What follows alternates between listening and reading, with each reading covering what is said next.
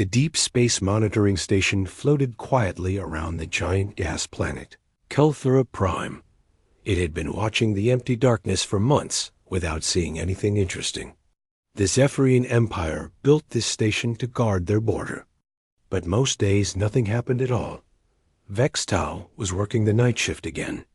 He sat in front of dozens of glowing screens that showed him what was happening in the space around their territory. His job was boring most of the time.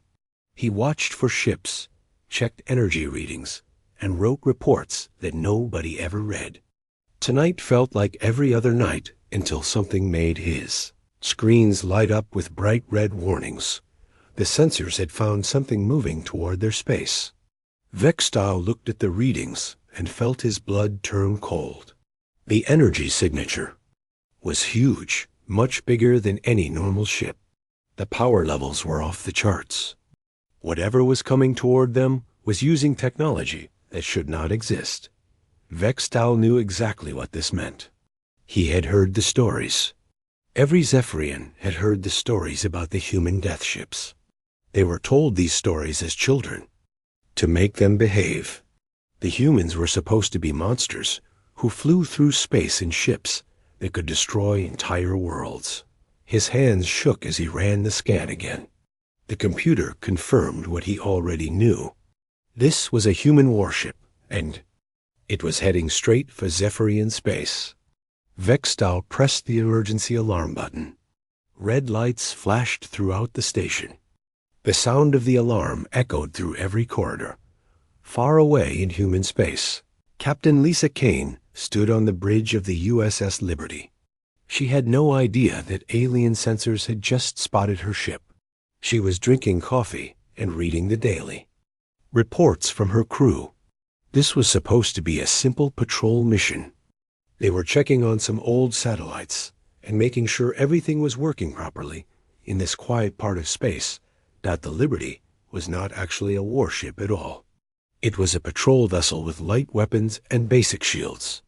The crew of 200 people were mostly engineers, scientists, and communication specialists.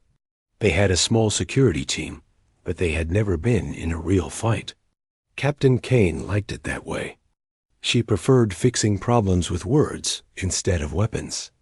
Pete Williams was down in the engine room running his daily checks.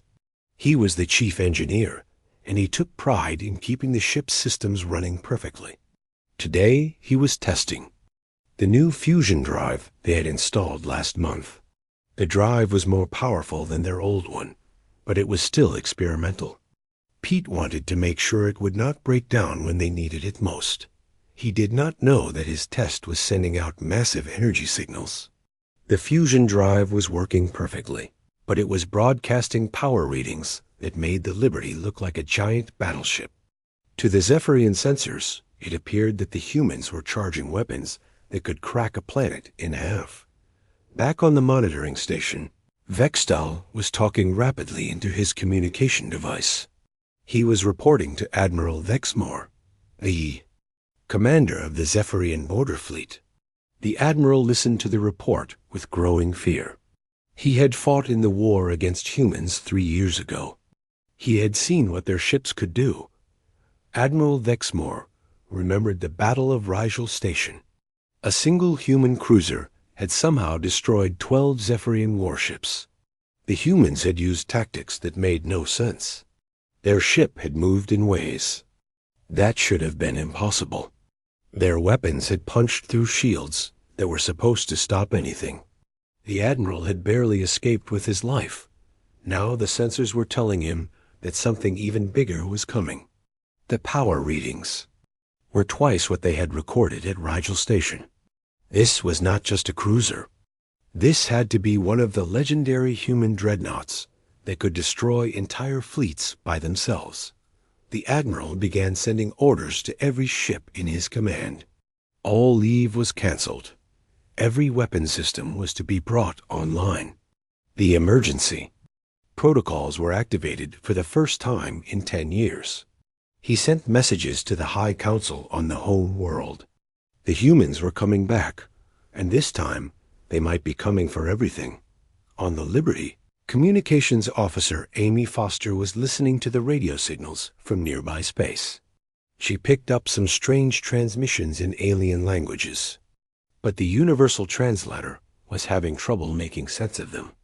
The computer kept showing fragments about Deathbringers and World Enders, but Amy thought it was just alien propaganda, or maybe bad translation software. Captain Kane walked over to Amy's station. "Anything interesting in the alien chatter?" she asked. Amy shook her head. "Just the usual stuff, Captain. Some kind of military exercise, maybe." "The translation software is acting up again." Captain Kane nodded. The alien languages were always hard to understand. She made a note to have the computer experts look at the translation program when they got back to base. She had no idea that her simple patrol mission had just triggered the largest military alert in Zephyrian history. She did not know that across their empire, alarm bells were ringing and ships were preparing for war. The Liberty continued on its peaceful course, while panic spread through an entire alien civilization. The first step toward the greatest misunderstanding in galactic history had just been taken. The news spread fast through the Zephyrian communication networks. What started as a simple military alert quickly became something much worse. Within hours, every Zephyrian in the border systems knew that humans were coming. The fear grew with each message that was passed along. Admiral Vexmore sat in his command center, watching reports flow in from across the Empire. His fleet commanders were calling in from dozens of star systems. Each one was asking the same question: what should they do when the humans arrived? The Admiral did not have a good answer. He pulled up the old battle records on his computer screen. The files about human military actions made for terrible reading. At the siege of Proxima, 50 human ships had somehow held off 500 Zephyrian vessels for 3 weeks. The humans had been outnumbered 10-1, but they had never given up. They had used the asteroids around Proxima as weapons, turning space rocks into missiles that moved faster than anyone thought possible. Then there was the miracle at Vega. Human engineers had done something to the dying star that made it release a burst of energy.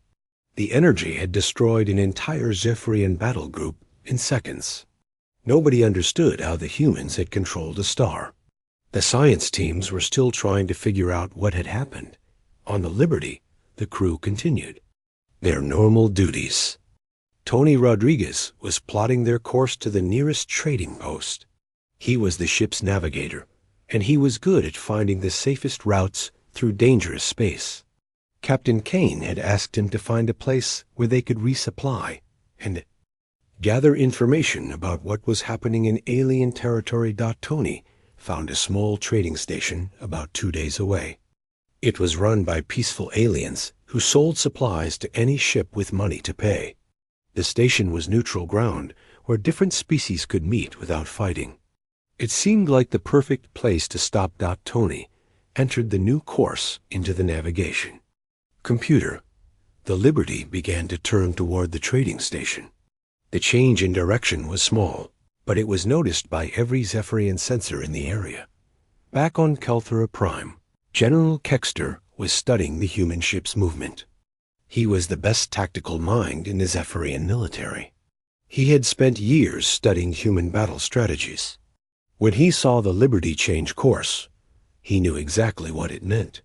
"They are flanking us," he told his staff officers.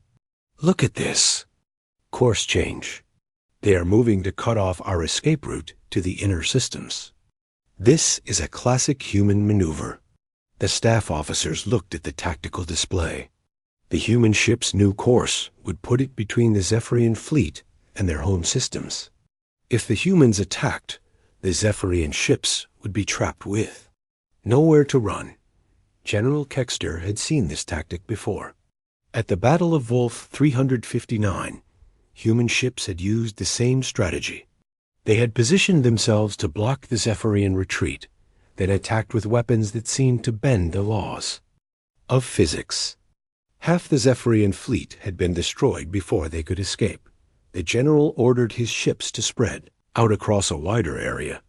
He did not want to be caught in the same trap twice. But spreading out made his fleet weaker.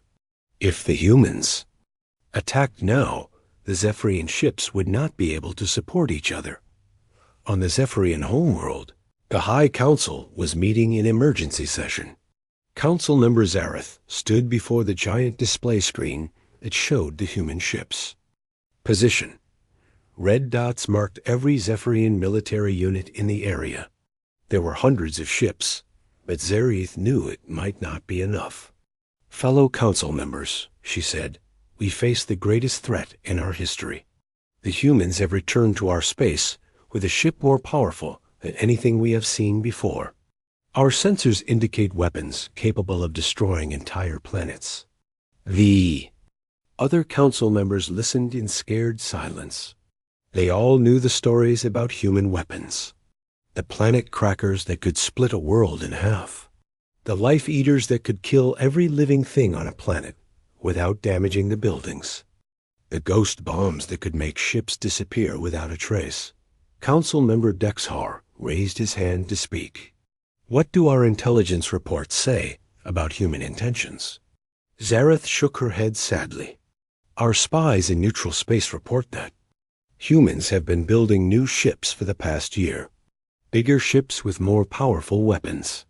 We believe they are preparing for a major offensive. This was not true. The humans had been building new ships, but they were exploration vessels and cargo haulers. The Zephyrian spies had seen the construction, but had misunderstood what they were looking at. They saw big ships and assumed they were warships. Meanwhile, on the Liberty, Dr. Helen Carter was working in her laboratory. She was a xenobiologist who studied alien life forms. Her lab was full of plant samples from different worlds. She was trying to understand how alien plants adapted to different environments. Helen was running scans on a flowering plant from the Altair system. The plant was beautiful, with purple leaves that seemed to glow in the laboratory lights. Her scientific scanners were taking detailed readings of the plant's cellular structure. The scanners sent out low-level energy beams that were completely harmless. But to the Zephyrian sensors watching the Liberty, the scans looked like something else entirely. The energy patterns matched the theoretical signatures of biological warfare weapons that Zephyrian scientists had predicted humans might develop. Vextal was still at his monitoring station when he detected Helen's scans. His computer analyzed the energy patterns and came up with a match in the military database. According to the computer, the humans were conducting biological warfare reconnaissance. Vextal felt sick to his stomach. The legendary human life-eater weapons were not just stories. The humans really had weapons that could kill all life on a planet. And they were scanning Zephyrian space, probably choosing their targets. He sent an urgent message to Admiral Vexmore. Within minutes, the news was spreading through the entire Zephyrian military command. The humans were not just bringing weapons of mass destruction. They were preparing to use them. Back on the Liberty, Communications Officer Amy Foster was still trying to make sense of the alien radio traffic. The messages were getting stranger and more urgent. The universal translator was picking up words like evacuation and final preparations and ultimate sacrifice. Amy walked over to Captain Kane. Captain, I think something big is happening. In alien space. The radio traffic has increased by 300% in the last hour. It sounds like they are preparing for some kind of major military operation. Captain Kane frowned. Any idea what they are preparing for? Amy shook her head. The translation software is still having problems. But whatever it is big. I have never seen this much military communication before. Captain Kane thought. About this news. Maybe there was a war starting between different alien factions. That would explain all the military activity.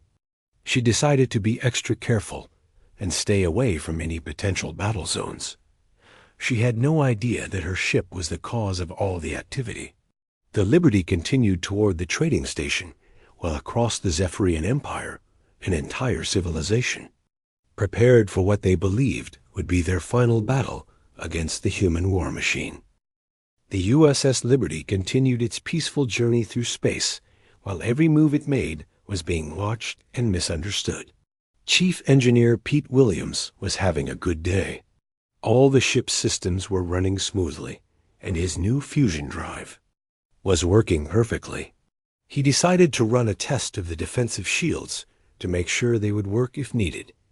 Pete activated the shield test from his engineering station. The ship's defensive barriers came online and began cycling through different power levels. It was a routine maintenance procedure that Pete had done hundreds of times before. The shields flickered around the ship like a soap bubble made of energy, then returned to standby mode. On the Zephyrian monitoring station, Vextal watched his sensors go crazy. The energy readings from the human ship spiked to levels he had never seen before. His computer identified the energy pattern as a weapon charging sequence. According to the database, the humans were preparing to fire some kind of super weapon. Vextal's hands flew over his control panel as he recorded every detail of the energy surge. The readings were so high that his computer thought there must be an error. No ship could generate that much power without exploding, but the sensors did not lie. The human ship had just charged a weapon that could destroy anything in space. He sent the data to Admiral Vexmore immediately. The Admiral looked at the readings and felt his heart sink. He had hoped the human ship was just passing through their space. But ships did not charge weapons unless they planned to use them. The humans were preparing to attack Dot in another part of the Liberty. Dr. Helen Carter was continuing her research. She had finished studying the purple plant from Altair and had moved on to some interesting bacteria samples. These tiny life forms came from a moon where the temperature was always below freezing. Helen wanted to understand how they survived in such harsh conditions. She used her most sensitive scanners to look at the bacteria. The scanners could see details smaller than a single cell. To do this, they sent out precise energy beams that could penetrate any material. Helen adjusted the scanner settings to get the clearest possible image of the bacteria's internal structure. The Zephyrian sensors detected Helen's new scans and immediately classified them as deep penetration reconnaissance. Their computers calculated that the humans were now scanning for weaknesses in Zephyrian ship armor and planetary defenses. The scans were so detailed that they could find flaws invisible to normal sensors. General Kexter received the report about the human scans while he was planning defensive positions for his fleet. He studied the data with growing alarm. The humans were not just preparing weapons. They were studying Zephyrian defenses to find the best way to destroy them. They are planning something terrible, he told his staff. First they charged their planet killer weapons. Now they are scanning our defenses. They are preparing for a complete destruction attack. The general had read about human complete destruction attacks in the classified military files. The humans would study their target for weaknesses, then attack with overwhelming force designed to leave nothing alive. It was the most feared tactic. In the Human Military Handbook, General Kexter sent new orders to his fleet commanders. All ships were to maintain maximum distance from the human vessel. Under no circumstances should any Zephyrian ship get close enough for the humans to scan them directly. The fleet would shadow the human ship, but stay far enough away to avoid the worst of their weapons. On the Zephyrian homeworld, Emperor Nexthal the Eternal was reading the latest reports from the border systems. He had ruled the Zephyrian Empire for over 200 years, but he had never faced a crisis like this.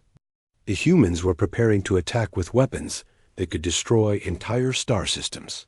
The Emperor called his top advisors to an emergency meeting. They gathered in the ancient war room deep beneath the Imperial Palace. This room had not been used since the Great Purge 3 centuries ago, when the Zephyrians had fought a desperate war against the machine intelligences. "My friends," the Emperor said, "we face the end of our civilization. The humans have returned with weapons beyond our understanding. Our military leaders believe they are preparing for a complete destruction attack on our entire empire."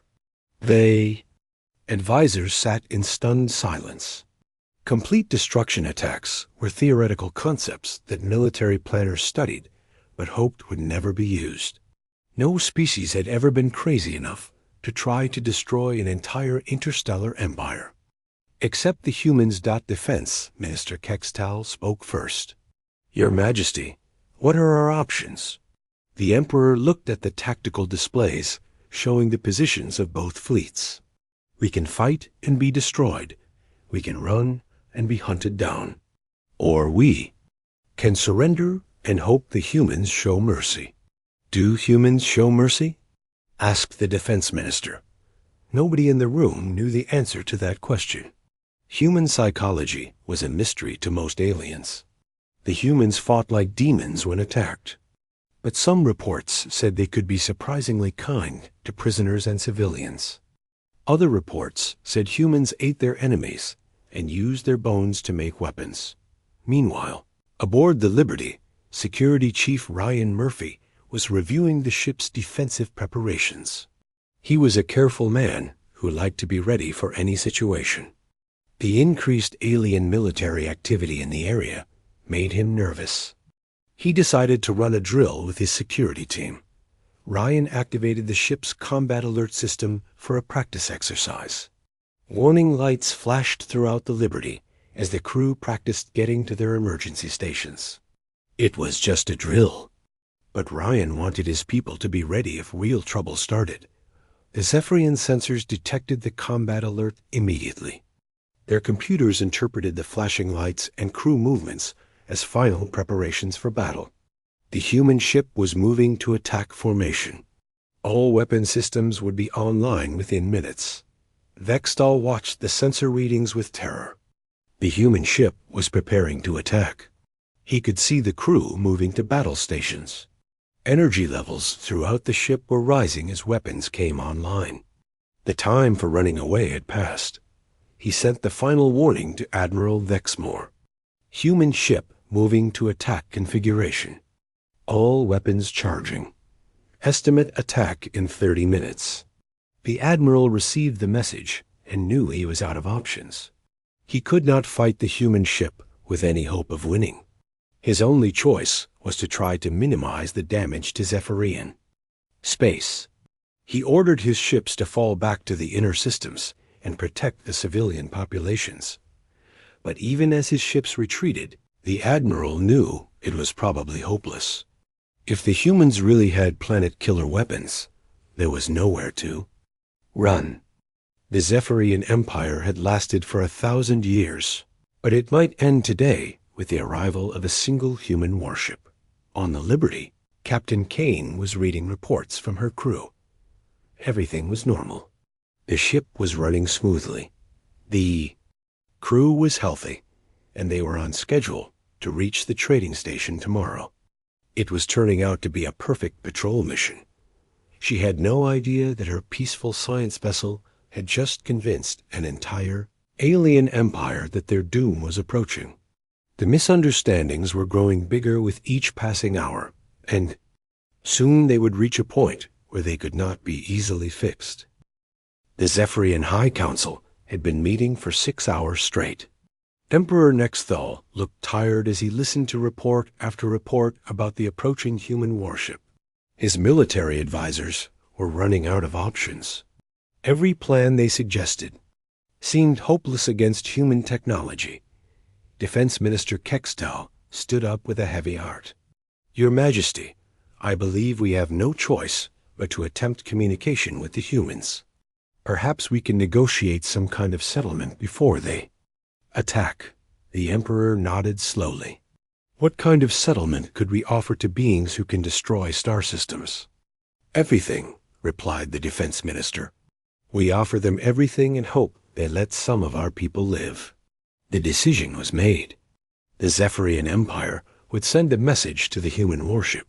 The message would be a complete surrender of their entire civilization. It was better to give up everything than to have everything destroyed. The Emperor personally wrote the surrender message. His hands shook as he typed the words that would end 1,000 years of Zephyrian independence. The message offered the humans complete control of the Zephyrian Empire, all their technology, all their resources, and all their worlds. In return, they begged for mercy for the civilian population. The message was sent from the most powerful communication array in the Empire. It would take several hours to reach the human ship because of the vast distance involved. During those hours, the Zephyrian Empire would live in terror, not knowing if their surrender would be accepted or ignored. Meanwhile, Captain Kane had made a decision that would change everything. She was looking at the tactical display showing all the alien military activity in the area. Dozens of ships were moving around in patterns she did not understand. It looked like the aliens were preparing for some kind of major battle. "Tony," she called to her navigator, "I want you to plot a course away from all this military activity. Whatever the aliens are planning, I do not want us to get caught in the middle of it." Tony Rodriguez studied his star charts carefully. He found a route that would take them around the edge of the alien territory and still get them to the trading station. It would add a day to their journey, but it would keep them away from whatever war was about to start. "Course plotted, Captain," Tony reported. "We can swing around to the north and avoid all the alien fleet movements." Captain Kane approved the new course. The Liberty began to turn away from Zephyrian space. Her decision was made from simple caution. She just wanted to avoid any potential trouble. But to General Kexter, watching from his command ship, the human maneuver looked like something completely different. He saw the Liberty changing course to a position that would give it the best angle of attack on the Zephyrian home systems. The humans were positioning themselves for a devastating assault. "Look at this movement," the general told his staff officers. "They are taking the high orbital approach to our core worlds. From that position, they can attack our home system and 3 of our major colonies at the same time." The staff officers studied the tactical display with growing horror. The human ship's new course would put it in the perfect position to destroy the heart of the Zephyrian Empire. It was a brilliant strategic move that showed the humans understood Zephyrian space better than the Zephyrians had thought possible. General Kexter ordered his ships to fall back even further. There was no point in trying to stop the humans now. They had outmaneuvered the entire Zephyrian fleet with a single course change. All the general could do was try to evacuate as many civilians as possible before the attack began. On the Liberty, Science Officer Carol Johnson was running her daily scans of the surrounding space. She was responsible for monitoring cosmic radiation, solar wind, and other natural phenomena that could affect the ship. Her sensors were very sensitive and could detect energy sources from great distances. Carol noticed something unusual in her readings. There were massive energy buildups throughout the star system. It looked like the aliens were charging some kind of enormous weapons. The energy levels were so high that they would be visible from several light years away. "Captain," Carol called. "Out. I am detecting massive energy buildups from the alien positions. Whatever they are planning to do, it is going to be big." Captain Kane came over to look at Carol's readings. The energy signatures were unlike anything she had seen before. "Could those be weapons?" Carol nodded grimly. "Those look like planet killer weapons, Captain. The aliens are charging doomsday devices." Captain Kane felt a chill run down her spine. Why would the aliens be preparing to use planet killer weapons? What could be threatening them so badly that they would consider destroying entire worlds? She did not realize that the aliens were preparing to destroy their own colonies rather than let them fall to human forces. The Zephyrians were so afraid of what humans might do to captured populations that they preferred to commit genocide against themselves. Across the Zephyrian Empire, the evacuation was beginning. On dozens of worlds, civilians were being loaded onto transport ships and sent to distant systems. Ancient underground bunkers were being opened for the first time in centuries. Children were separated from their parents as families fled in different directions. On Zephyria Prime, the capital world, Emperor Nexthil was overseeing the evacuation of the government. Essential personnel were being moved to secret bases in other star systems. The Imperial archives, containing 1,000 years of Zephyrian history, were being loaded onto fast ships and scattered across the galaxy. The Emperor stood on the balcony of his palace, looking up at the stars. Somewhere up there, a human warship was approaching with weapons that could destroy everything he had ever known. In a few hours, the surrender message would reach the humans. Then he would learn whether his civilization would survive or die. The streets of the capital city were filled with panic. Civilians who could not get on evacuation ships were heading for the emergency shelters. The shelters had been built during the Great Purge 3 centuries ago. They were designed to protect people from the machine intelligence's planet crackers. Nobody knew if they would work against human weapons. Back on the Liberty, Communications Officer Amy Foster was still trying to understand the alien radio traffic. The messages were getting more desperate and emotional. The universal translator was picking up words like final goodbye and last hope and remember us. Amy felt sad listening to the alien voices.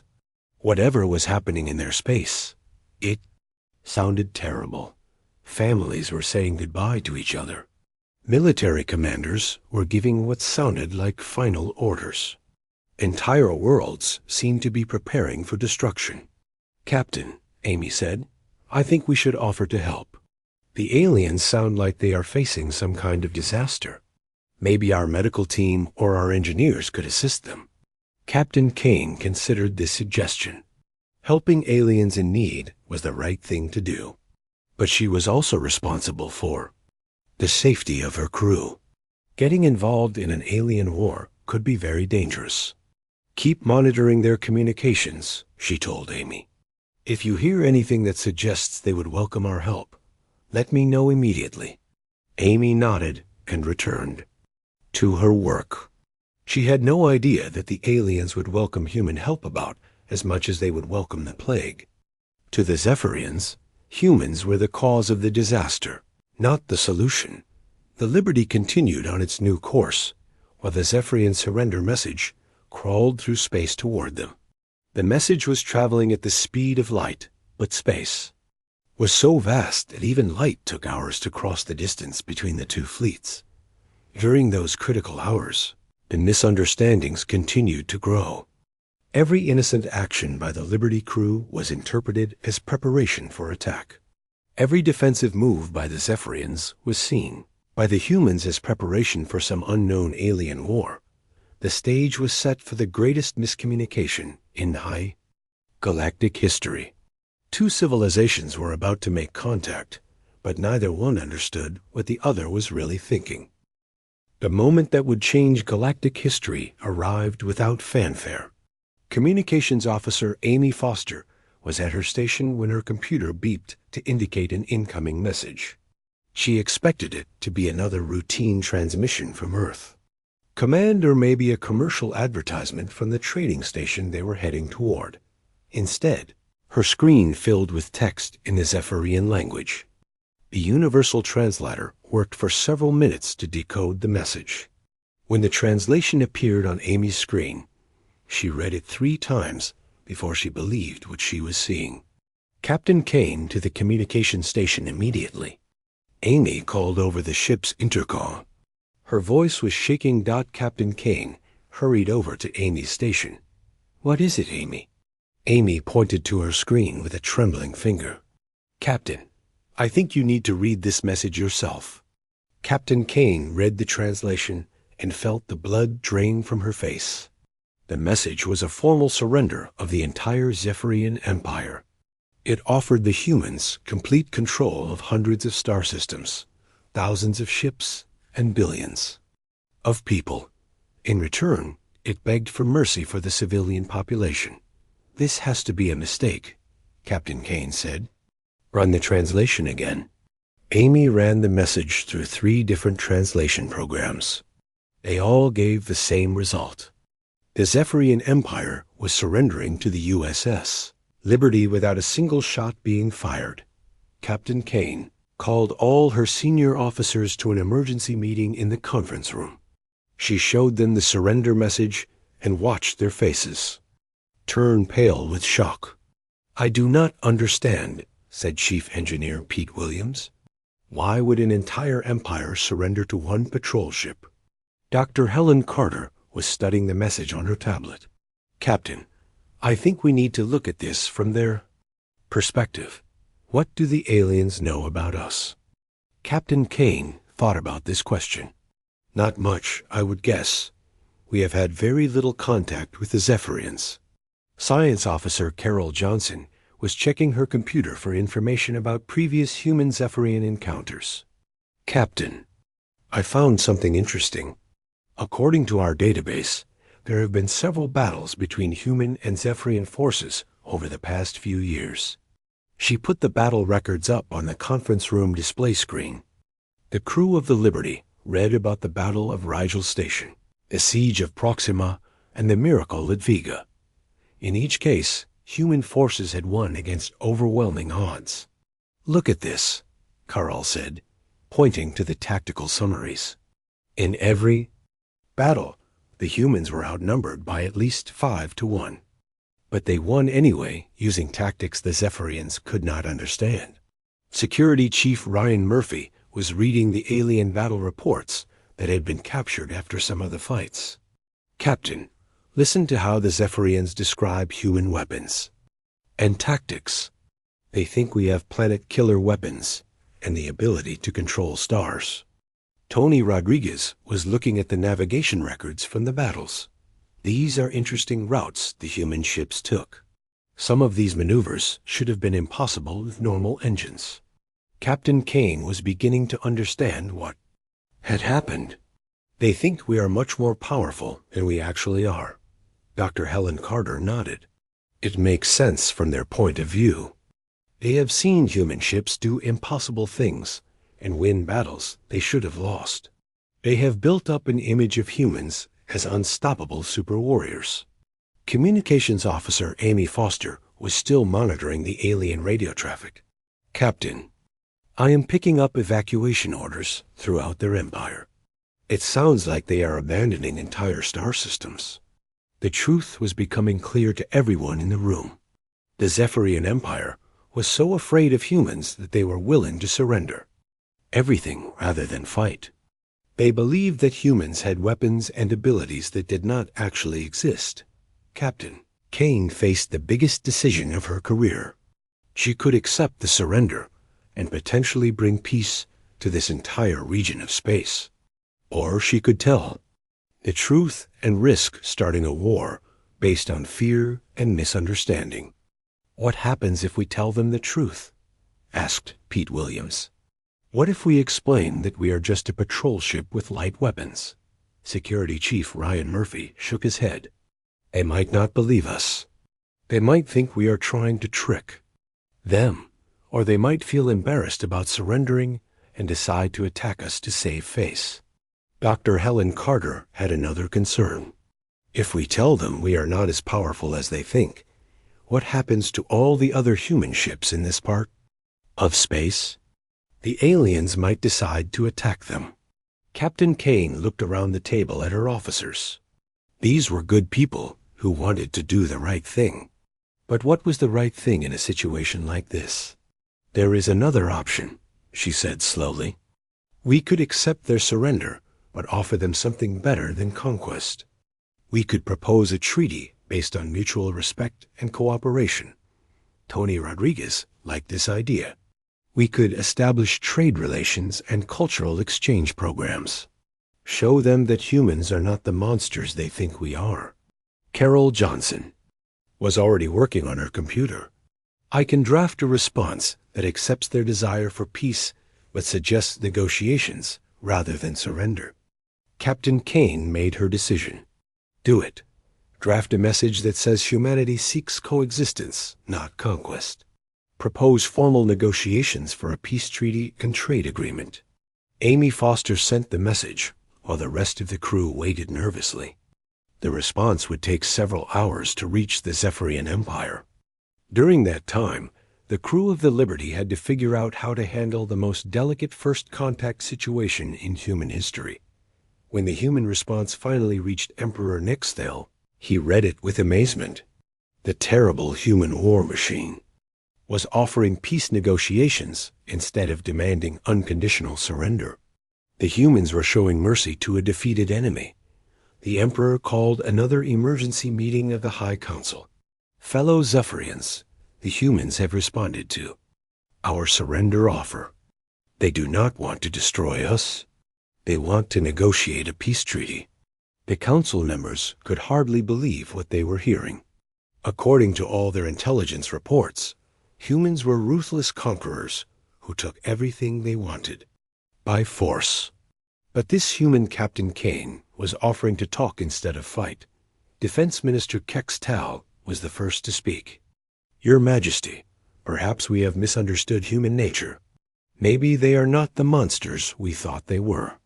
The Emperor agreed to the human proposal for peace negotiations. Within days, diplomats from both sides were meeting at the neutral trading station that had been the Liberty's original destination. The negotiations lasted for months, but they were successful. The Zephyrians learned that humans were not the super warriors they had imagined. The humans learned that their reputation had grown far beyond their actual abilities. The peace treaty that emerged from the talks became a model for other agreements.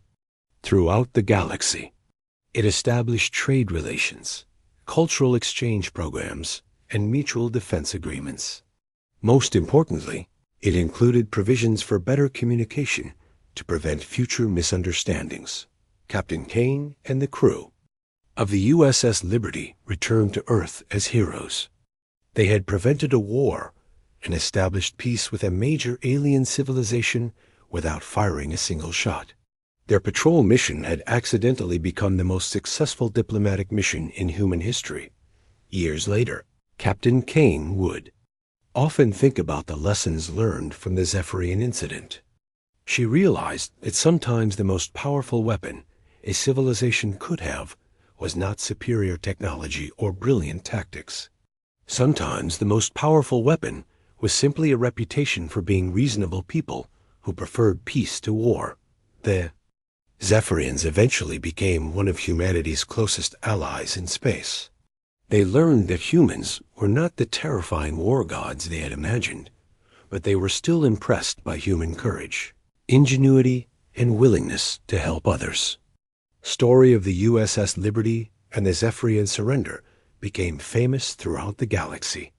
It was told as an example of how misunderstandings could lead to conflict, but also how wisdom and patience could lead to peace. And somewhere in space, other alien civilizations heard the story and wondered what would happen if they ever encountered the mysterious humans who had shown such unexpected mercy to a defeated enemy.